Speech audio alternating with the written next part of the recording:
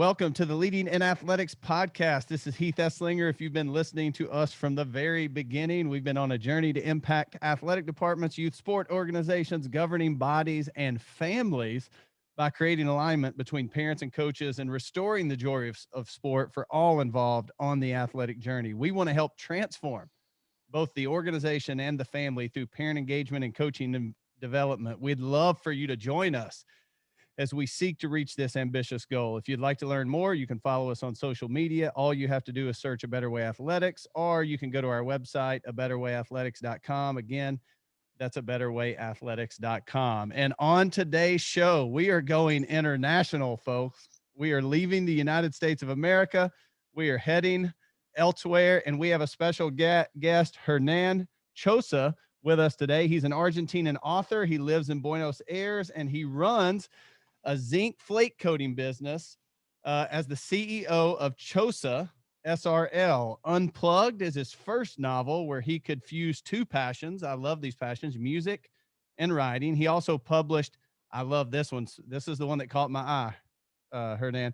My Son, the Tennis Player, and How to Help Your Kids Succeed in Sports. So he's a former tennis player during his 20s, willing to share his experience in the youth sport parenting journey. He's married to Becerra with two sons, Julian and Sebastian. So, Hernan, thanks so much for joining us today. Hello, Heath. Glad for having me in this podcast. Well, I really appreciate it. We need some diversity and some accent, and you bring those today. So thank you so much. So tell us a little bit about your career and what's got you to the place you're at today. Starting my career as an athlete, I started playing tennis at 6, and I didn't was very good at that moment.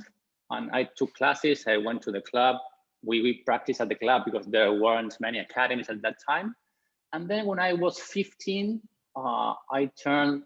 I practiced more, and I became better. And my national rankings improved. I was top 10 in the country. So at that time, I started taking some decisions. I avoid some school to focus more on my tennis.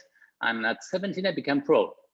And I started traveling all over the world. I played the majors in under 18. And I played till I was 20. And at that time, it was 30 years ago. In tennis, the ages, if you weren't so good at 20 or 19, you are not a good player. So I quit, and I have to take care of my family business, Okay. So tennis has been an important part of your development as a teenager, per se. Yeah, I think sports is a stepstone in my development, and I think it's a great thing to do for kids to develop some skills, and they can develop their decision making, they can develop their focus, their concentration, many things that comes with sports, the byproduct from sports. And that's what we love. We love the positive byproduct that sports brings. And so let me ask you this, kind of going a little off script here. So what's maybe the one thing that you really learned that was valuable in tennis? And maybe what was your biggest challenge in those years where you were playing competitive tennis? The biggest issue is to govern my mind. When I was a player, I thought that I wasn't enough to play in the big games. I rebound in the ATP tours. I thought that I didn't have the tools. I didn't believe too much in myself. That are the main things, and I think it's a great experience for my kids. To believe in themselves, believe in their skills, and that's key. Man, I love that term you used. You used the term govern your mind. Like, how do you, man, if you and I can come up with that secret sauce, hey, we're done. We'll never have to work again in our lives. We'll be making millions. But it's so hard with so many distractions that we all face today.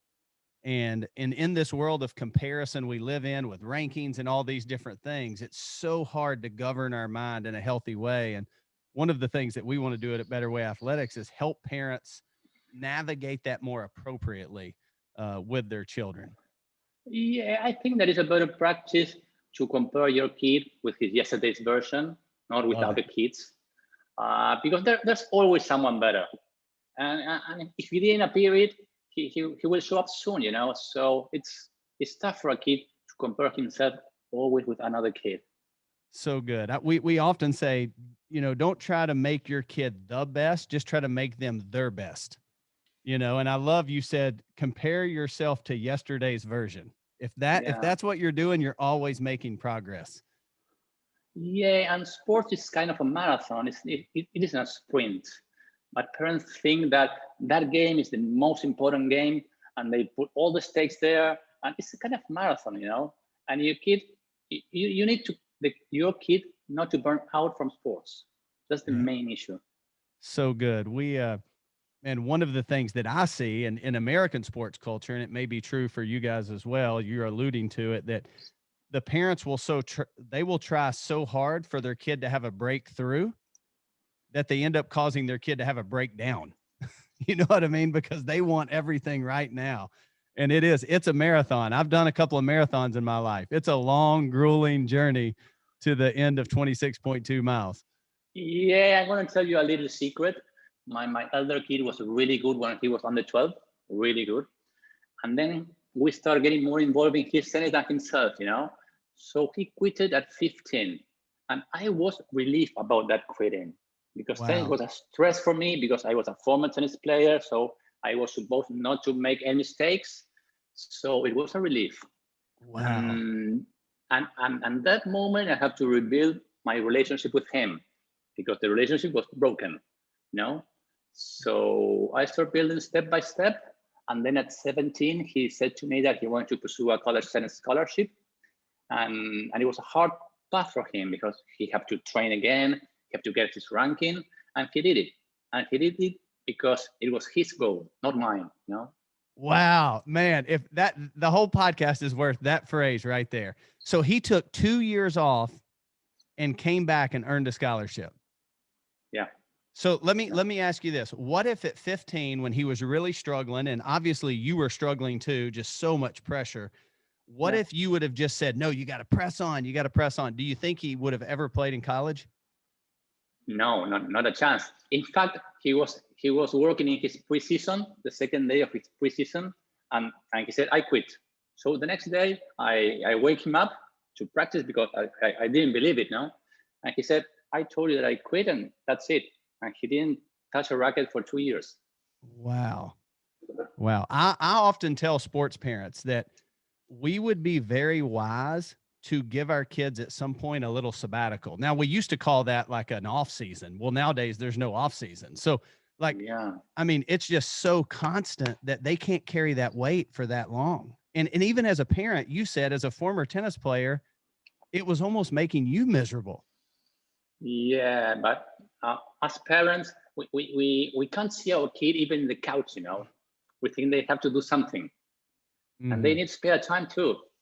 They need time to be with their friends because maybe when you're in a sports, there's competition there. There isn't friends. So they need to be with their school friends and other environment too. Yeah. If the environment is always so intense, you will only be able to maintain it so long. You don't run the same mile splits in a marathon as you do in a 5K. You know, it's a longer race. And so good. Yeah, I have a different path than my child because my child was very good when he was young. So it's most easy to burn out at 15, 16. But I was turning good at 15. So at that time, I didn't have that sensation of winning all my life. So my grit was at the highest level, you know? Yeah, we see that over and over in the sports world today that they almost like they reach this place so early, it loses its novelty. Like there's, well, what more am I going to do? I've already kind of done everything. And like the progress becomes so hard to make at that early age that that's tough on a 13, 14, 15-year old. I mean, it's almost unfair. Yeah, and they burn stages because maybe at 14, 15, they turn him pro and his body isn't built to be a pro. He's Mhm. growing. So we burn stages there, yeah. So all this information, all these things you've learned, led you to writing a book? Tell us about the book you wrote. My son, the tennis player, I wrote it when Julian quit tennis, and it was a way of relieving all the pain. And I described the circuit, the tennis circuit, the different kind of players, different kind of coaches, different kind of parents, and and all the issues that are around that environment. And and it's a nice thing because it has illustrations there, and it's really nice. I enjoy reading it, and I am really proud of it. So was the book part of the healing process for you as well? Yeah, I think yeah, and it was a path, a growing path, because you can't fix a relationship in 1 week, in 1 month. It takes time. So it was a process. It was a process of develop developing myself, because Yes. we try to develop my kid, and it was the other way around. I have to develop myself to be a better parent, so he can see a better person, a person that is focused in his job, in other issues, in the hobbies, uh, dating my wife, and all the other stuffs. And that process, I think, the parents must pursue. Man, so good. I have a good friend and mentor of mine that he often says you can't be a tour guide to a land you're unwilling to visit yourself. Yeah, And so many times as a parent, we're wanting our kid to visit this land. We're wanting our kid to, uh, you know, show this discipline and commitment and unwavering, pursuit of excellence. Yet we're not doing it in our own lives. And so, I'm with you. It starts with us. yeah, we have to use the same pair of lens, in Yes. him or in us. It's Yeah. So true. So sometimes when I'm at sporting events and I see these parents yelling, I'm like, you couldn't do half of this. And not that every parent has to be a professional to, raise a kid that achieves, but there are attributes and characteristics that we want to display that are good for our children to see. Yeah, imagine that parent is in the PC and the job, and his boss is shouting to him. How can you perform? Yes. Yes. So I actually have a funny story. I was at my house one day. I have four children, and one of my kids, their shoestring, like on a tennis shoe, was in a knot. And I was trying to get that knot out of the shoestring, and they had pulled it tight. And I mean, I'm trying to get this knot out. I'm frustrated, I mean, it's like cinched up. And my son, who was 7 at the time, is asking me questions over and over. And finally, I'm like, you got to be quiet so I can do this. But what I thought about was that's every kid in the sports world. Like, Yeah, yeah, they're trying to hit their forehand or trying to hit a baseball or make a free throw, and all they hear is the noise, and we're not yeah, helping them. We're hindering them. yeah, yeah. Yeah, So, it's tough. We have to shift our focus on ourselves, and I have a phrase that kids are always right. Kids are no wrong. so explain that more. So kids are always right. Yeah, when the kid do something, it's because it's according to his timing, his maturity cycle. They have their own timing, So we want them to rush to pursue bigger things, and they are not prepared for that, maybe. Man, so good. And again, it goes back to that we want to get them to the end so fast. And we're so afraid for them to be behind a little bit early. And I often say that sometimes being behind early gives you the strength to finish ahead later. What I say to many parents in my talks, there's a statistic, a study that only one every 16,000 sportsmen can make a living through sports. Only one every 16,000. So every Wow. parent need to know that, Hmm. because the price is very far. It is, and it's almost like you have a better chance of winning a lottery or making a bet on some sort of race than you do having your child become that 1 in 16,000. And so if you could give parents a piece of advice, all right, based on your history, your experience, your journey, your book, if you could give parents some advice, what would it be? And we've talked a lot about things, but some specific Okay. things you could give to Oh, parents. okay. The first thing is that the passion has to be from their kid. The passion is tricky because it works like a seesaw. The more they put the equation, the more we put in the equation, the less they contribute. So the passion All has right. to come from them. Time out. I want you to say Yeah. that again. Say that again. Yeah, passion works like a seesaw. The more we add to the equation, the less our kids contribute. So the passion, they have to drive the bus. They have to lead the process. That's the main thing, because parents put more passion than their kids, and it's impossible. Man, And so good. another thing that is risky is losing family balance. Maybe you have 2 or 3 kids and you focus on the kid who plays sports, and the other kid you leave him behind. So you have to be very careful to plan activities with other family members, not talking about sports 100% of the time, search other topics. So that's an important issue, because too many couples were broken because of sports. Man, listen, one of the things we talk about is we talk about creating a family boundary, like how much and how early are we willing to do it? And so, what I believe is as they get older, you should be doing more, but what happens is we do so much more so early, we never even make it to the end of the race. It's almost like running a marathon without drinking any fluids or having any nutrition. You just can't do it. And Yeah. so I love that you talk about that family balance, because we talk about this thing called sport and how awesome it is, but really it's tearing families apart. Yeah, because sports is very demanding, and it's like a microenvironment. You Mm-hmm. start talking about if your kid plays tennis, you use tennis words and that kind of stuff for all your stuff. So you're a player. You're not a parent. You're a player there. So So yeah. we refer to the parents that go that way. I call them an agent. You've left the realm of parent and you're trying to be their agent, because here's what an agent does. You just said it. An agent tries to figure out the equation for the kid. Yeah. And the parent, that's not our job. Like, let them kind of figure this thing out. And it may be a little slower than you want, but it'll be so much sweeter in the end. Yeah, that's true.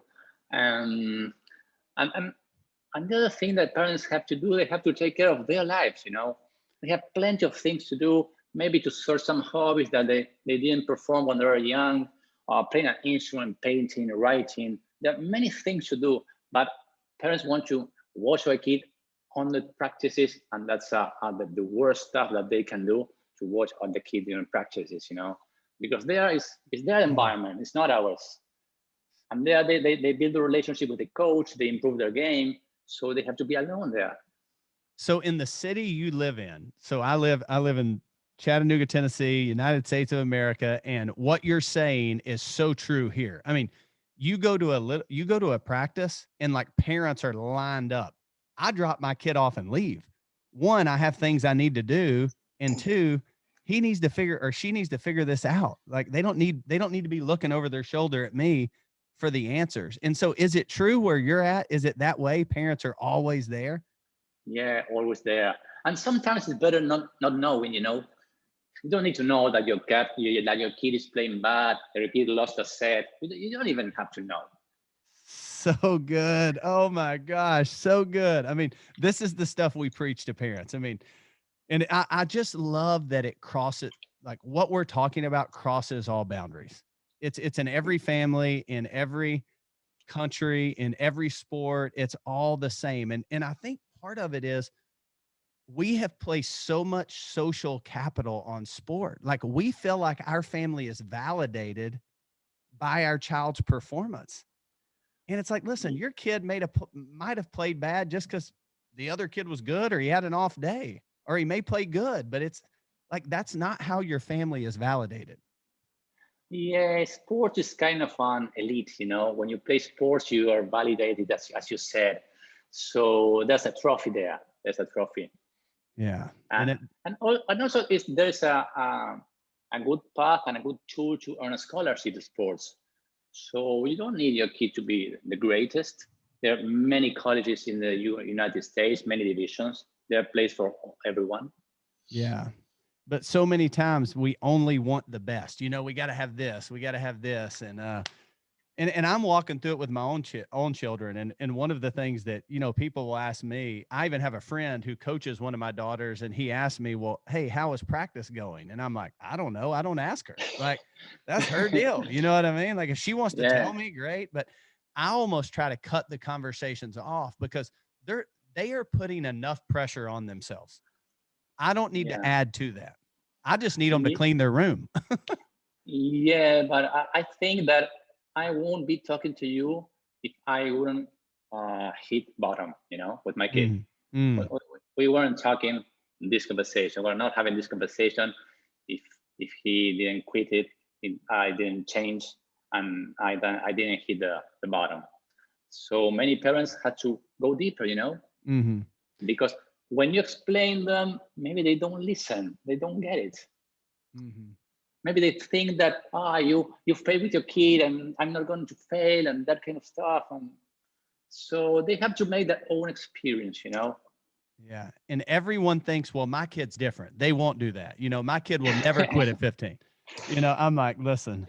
You know something? I wanna tell you a story. My kid started playing at 3. Julian started playing at 3, and he made a serve when he was 4. And I thought that I have one of a kind there. serving at 4, I definitely had one of a kind. And I figured out several years later that he was copying my serve.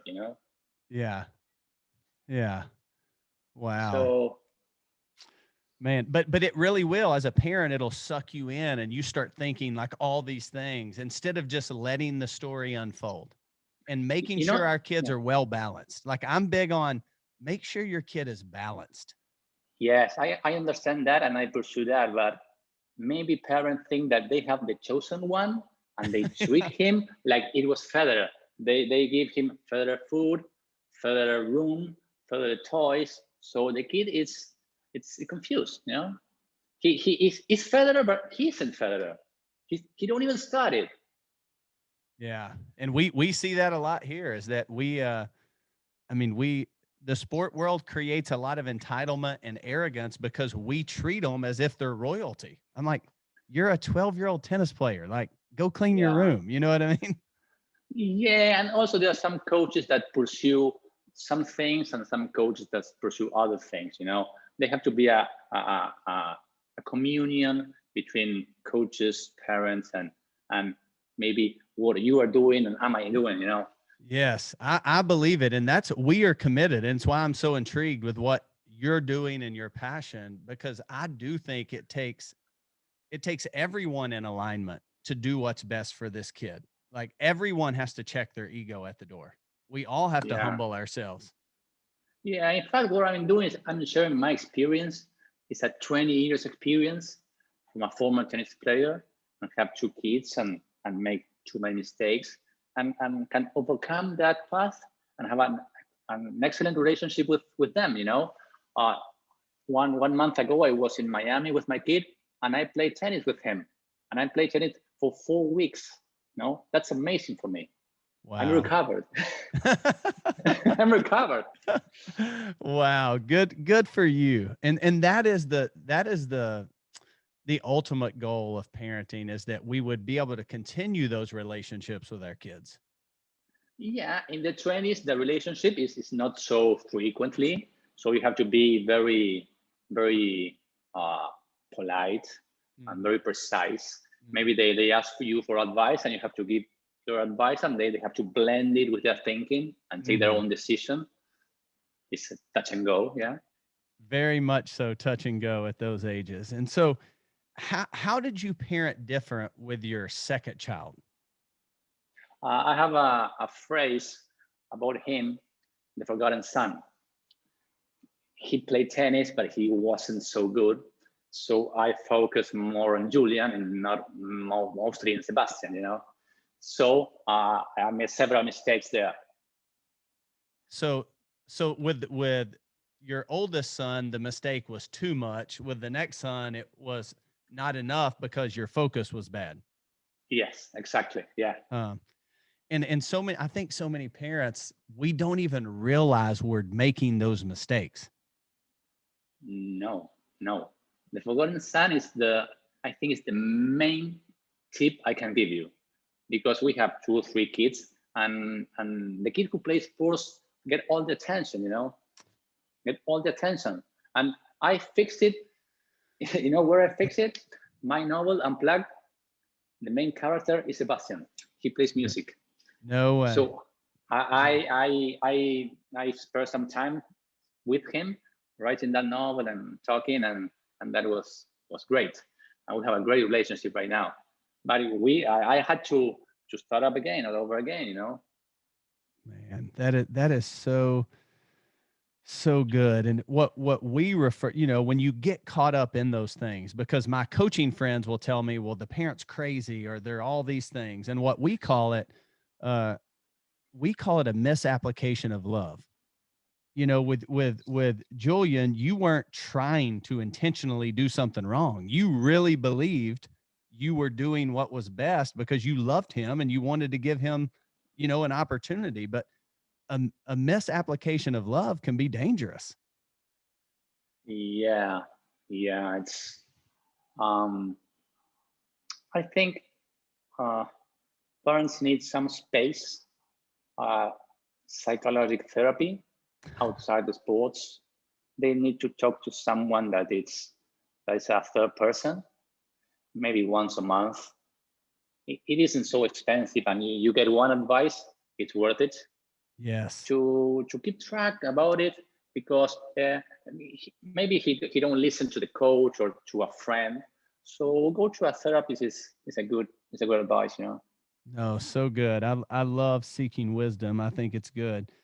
So your book, how could someone, my son, the tennis player, which I think would probably, or in how to help your kids succeed. I think both of those would probably be applicable in any sport or any genre of life, whether your kid's in music or whatever. Where can people find those? They can find those at Amazon. Okay. They're ebooks. Yeah, they can Okay. find both. They're Okay. in Spanish and in English. Yeah. Okay. I'm gonna have to get the English one. Yeah, you got the English. And now I'm writing a new one because I was invited to a summit. I have a presentation in 9 days. So I have to write a script. So I start writing a new book, and I'm gonna, maybe in 1 month, 2 months, I'm gonna deliver it. Yeah. Okay. All right. So the summit that's coming up, I've seen some things about the summit. How can people get signed up for the summit if they're interested in hearing? And tell us a little bit about the summit. That summit is about 40 or plus 40 expertise guys in all the fields, and they are going to focus on one word. Maybe one is motivation, one is greed, one is confidence, and I choose parent shift. And I already recorded a talk. It's a 20-minute talk, and it's a very good talk for parents, and they can get it on LinkedIn. At the Winning Summit, they can search for the link. Okay. All right. I want to go check that out. As well. And so go check out the event. We can find you on LinkedIn. Yeah. And that's my platform. Yeah. Okay. I didn't do LinkedIn very much until the last 6 months, and I've really fallen in love. I've been introduced to so many awesome people our relationship really came through LinkedIn, ultimately. And so you can go there, go get the book at Amazon, How to Help Your Kids Succeed. My son, the tennis player. Doesn't matter if you have a son, daughter, whatever, go check this out. Great, humble advice from a parent who wants to help other parents do it well. If you could leave parents with one simple piece of advice, what would it be? I mean, if the nugget that they have to go to bed tonight thinking about, what would it be? Parents, you need a hobby. You need to spend time in yourself. And so let me ask you a question. So a lot of people would hear that, and I think I know where you'll go with this, but so some people would say, well, that's selfish. And I disagree. I don't think spending time on yourself is selfish. I think it's very focused, and it actually helps you be a better you. Explain that a little bit more, the importance of the hobby and investing in you. You said it. If you are a better you, you can be a better parent. If Mm, you grow yourself, you can be a better father, mother for your son. So spending maybe time playing an instrument, painting, writing, taking a walk, or building up your body, because many parents they forgot about their body because they have to make the logistic of the kid to leave him on the court. So they forgot about their body, their health, all that stuff, and they have to be good for the kid, you know. man, so good. I often say you can't pass out that which you don't possess. And so if you don't have any good positive energy in you, I mean, you're not going to be able to deliver that. You're going to always be uptight and just, overwhelmed. And you know something, you have to go outside your everyday. You know, there are some good tips about that from Joe Dispenza, and he said that don't check the phone as soon as you wake up because you are getting with the yesterday's person. You need to create your new one. You know. Mm, so good. Hey, I think you mentioned that earlier. Hey, compare yourself to yesterday's version and get a little bit better. Yeah. So good. So good, man. Such a great privilege to meet you.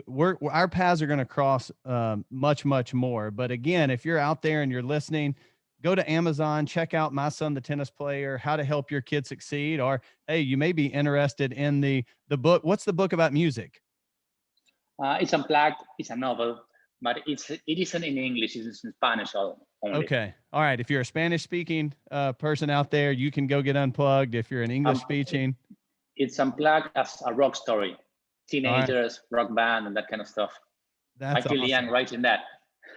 Awesome. Our kids actually love music. I mean, they're always on their keyboard and things like, and I love it. I mean, if my kids were to quit sports and go music, I'm totally cool with that. I just You want to know make something? sure. What's that? You know something? The father of the Bryan brothers, he gave them an instrument when they were young, so they play wonderfully one instrument and they carry them for all the tour. So playing an instrument is the best thing a kid can do.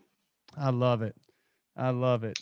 So for all you parents out there listening, get your kid an instrument, let them start learning something outside of the sport world. It may be the thing that eases the tension and actually gets them through. Sometimes I think when I hear my daughters playing and singing, it's like their stress relief. And I Yeah. actually, I'll get my phone out and record them. I actually love listening to uh, them play and sing. And so, man, to all of you that tuned in today, thanks so much, man. What a privilege to meet someone who's so far away but has a similar passion and wants to help parents on this journey. So, Hernan, man, thank you so much for joining us today. I know our paths are going to cross, and we want to help you be successful because, listen, we're all in this together.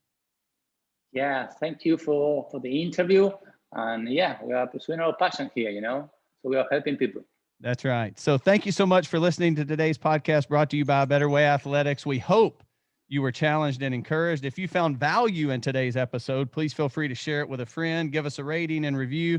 We'd love to hear your feedback. Also, make sure you hit the subscribe button so you get notified each week when we release a new episode. Until then, keep making a difference and let's all work hard to restore the joy of sport for parents, coaches, and athletes.